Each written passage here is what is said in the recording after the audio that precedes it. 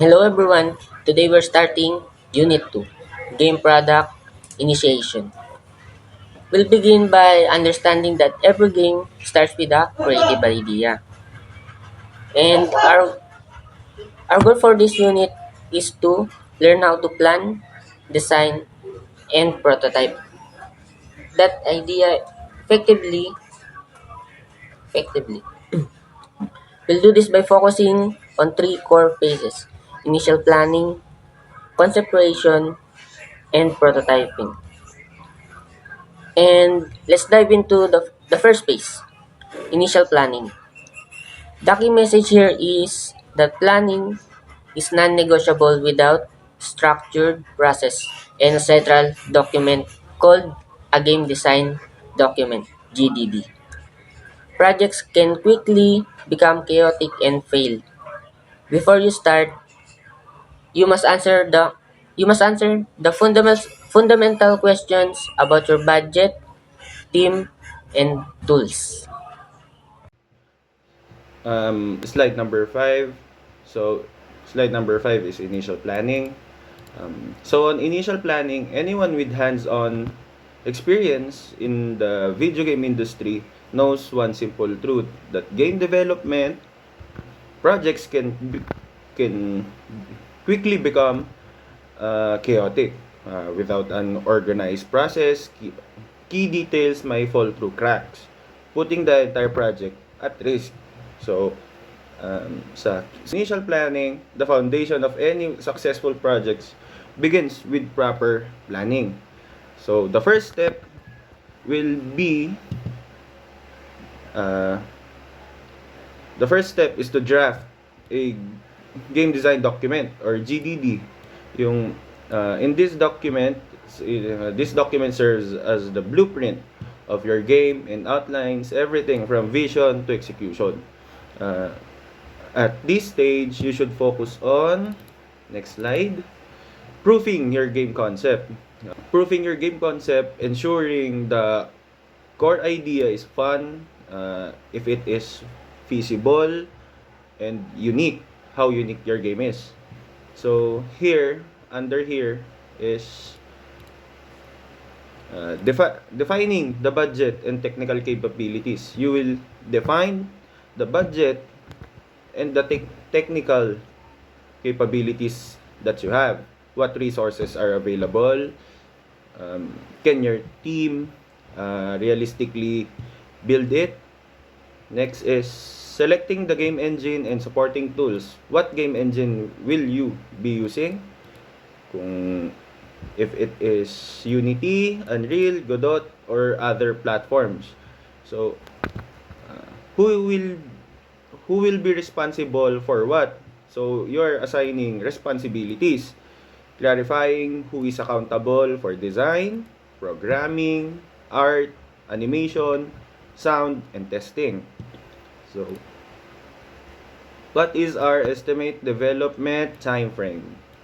Establishing a time frame, realistic milestone, that is a realistic milestone to keep the project on track. So, who will monetize the game? Monetization strategy will, kung if your game will be free to play or premium, subscription based, or ad supported. So, uh, once the foundation is clear, the next step is to determine. Uh, so here, ito pala. Creating a task backlog, listing all planned features and tasks.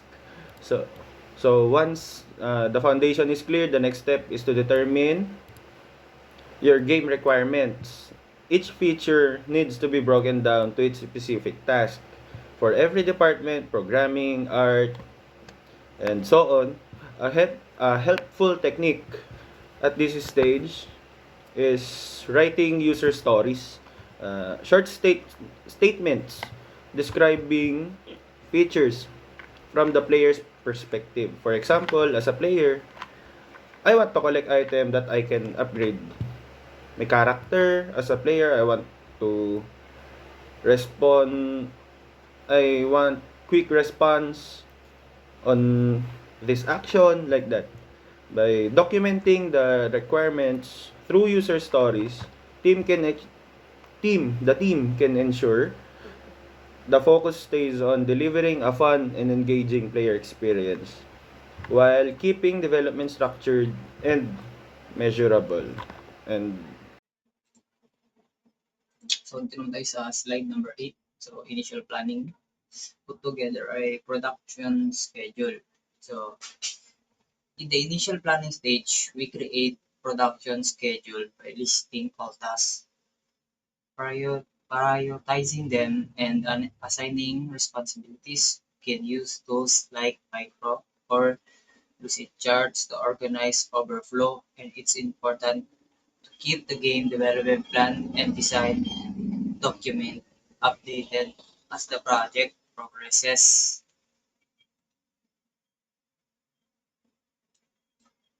So, di naman tayo sa choosing the right development software.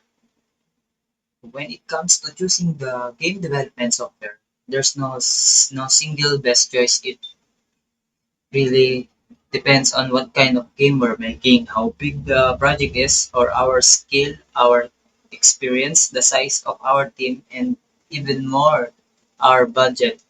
Basically, we just need to choose the software that works best for our situation.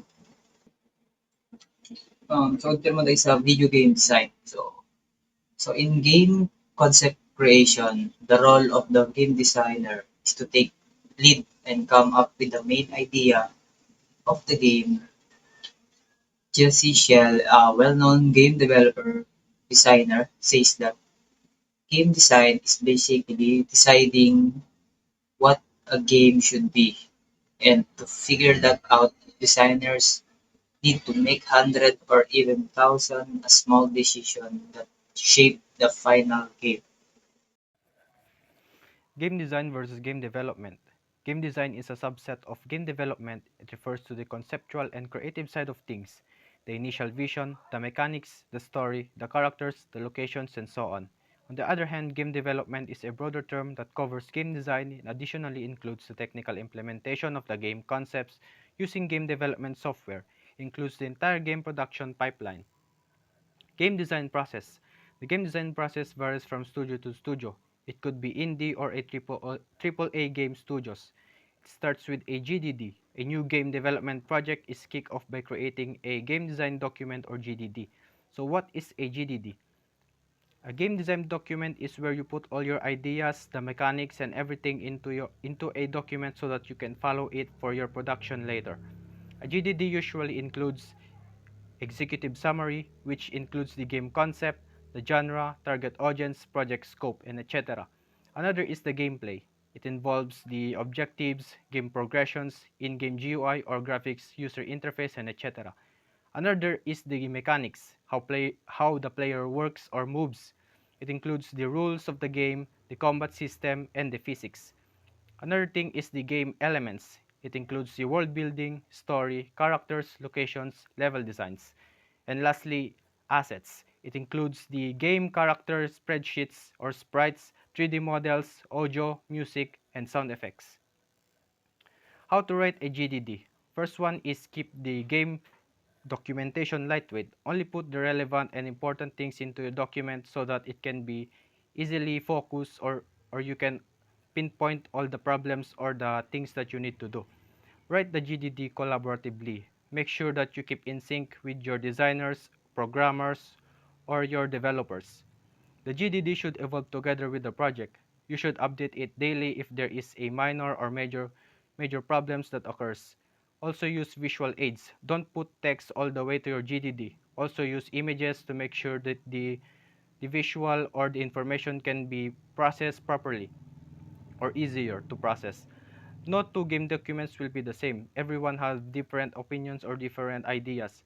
However, a GDD template may be a good starting point if you want to make a game project. Game concept creation. Game overview. This section introduces what the game is about, its theme and main objective. It gives player a clear idea of the game purpose and overall experience. Game description. This explains the general flow of gameplay, what players do from start to finish. It describes how the game starts, the challenges or tasks players face, and how progression or completion works. Game elements. This detail key features of the game such as game modes, controls, social features, monetization, and other features. Pre-production. This is the planning stage where ideas are explored, designers create prototypes for environments, characters, controls, and other elements to test different concepts before full development. Production. This is the main development stage. The best ideas from pre-production are refined and fully built into the game, including graphics, gameplay, mechanics, story, and features. Gameplay and mechanics defines how player interacts with the game, including rules, objectives, challenges, and overall flow. Aesthetics covers the game visual style, design, and overall look and feel that enhance player immersion. Story and settings provides the narrative and world where the game takes place, game giving context and purpose to the gameplay. Audio includes all sound effects, music, and voiceovers that create atmosphere and enhance the gaming experience. Okay, so for the next one is the game prototyping. Game prototyping is a crucial step in the game development process that allows users to test and refine game ideas quickly and cheaply. And now the game development process. The one before was the game design process, and now we're gonna tackle this game development process. Okay, so in game development, everything can be chaotic and unpredictable. It really doesn't guarantee a smooth process, and if you don't start without a plan or anything, it will be a sure way to fail. Okay, so the stages of the game development process, we have the pre-production, production, and the post-production. Okay, so the first one is the pre-production. So this is the planning phase. It is where developers will brainstorm, create concept, and stuff like that. Okay, so for the production, this is where the actual development will happen. So, okay, so this is the production stage where developers will start to program, design, the art, graphics, audio, and testing. Okay, so for the post-production, this is where developers will start to fix bugs, update the game, or add a new content, stuff like that. Okay, so in order for us to understand first, what is game prototyping? Okay, so game prototyping is like the early version of the games where we will test the concepts, the ideas before the full development begins. Okay, so the key benefits of game prototyping. So the validating game ideas, saving time and resources, experimenting with mechanics, and improving player experience. Okay, so we have the types of game prototyping.